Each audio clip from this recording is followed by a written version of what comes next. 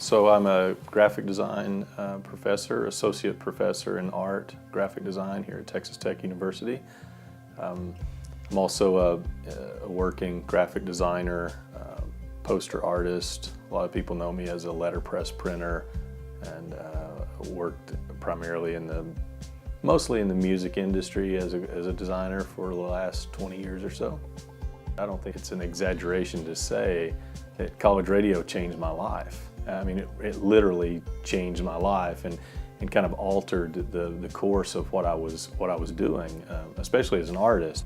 I was doing local posters for local bands and local shows, but because of KTXT, really, I mean, that's what kind of gave me the opportunity to start working with these larger bands. So for instance, Built to Spill comes to town, and KTXT is going to promote that show, and they asked me if I want to make a poster for a Built to Spill show, and I'm like, of course I want to do that.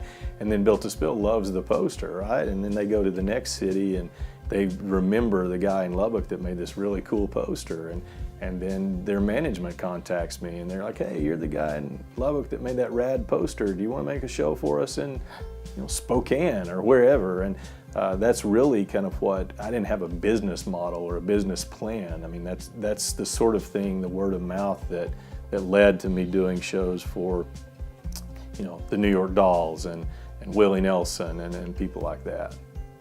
Music has always just been as important to me as art. So I've always wanted to be involved somehow in the music industry. I was in some bands when I was in college, and kind of tried to write songs for a while and play music. And once I started working full time, like making art for music was a way for me to kind of stay involved.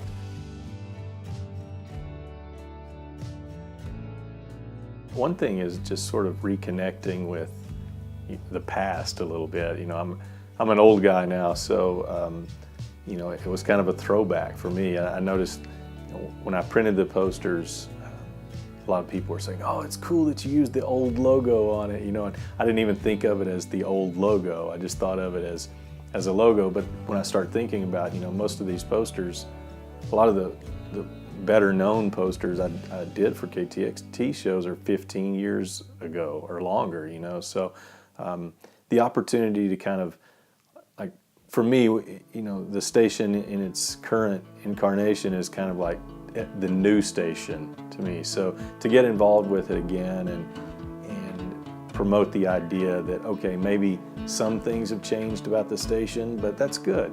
Things are supposed to change. That doesn't mean that we've lost anything. When the station was closed, kind of just, there was no way to promote those shows, or there were, it just kind of drained the spirit from the music community. I feel like, I mean, it was like a family. It was like a way that everyone was connected, and it hurt really bad. I mean, I'm not sure that, I don't know if the music scene, that sort of DIY indie kind of spirit, has really recovered in Lubbock since then. I don't know, maybe I'm just disconnected from it, but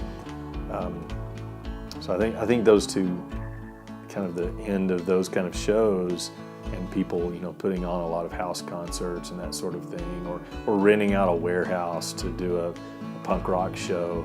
Maybe that does still happen, but from my perspective, it feels like it sort of ended when the station closed. As a graphic designer, like my whole career, people have been saying print is dead.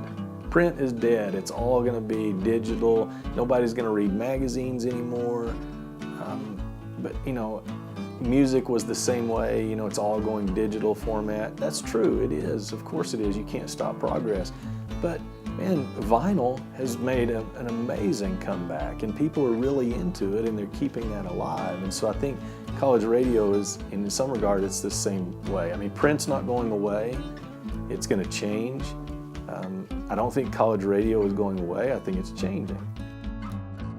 I still don't understand how a person discovers new music if not for something like college radio, if not for non-commercial radio stations. I have Spotify, I have iTunes, just like everyone else, and I look at the new releases, but it's still not. It's not the same as hearing, like you have to search for them that way. College radio gives it to me without me searching for it. I can be in my studio working, and with that station on, with KTXT on, and I hear a song, and I'm like, man, that's great. Like I haven't heard this before, and now I can use Shazam, and I can Shazam it to find out who it is, and that's amazing. So I don't have to do all the legwork in discovering that band. And so in that regard, to me, like, that's still the only way I can discover new music, and that's why college radio is important, and it has to be here. All the or bad idea. You're 63.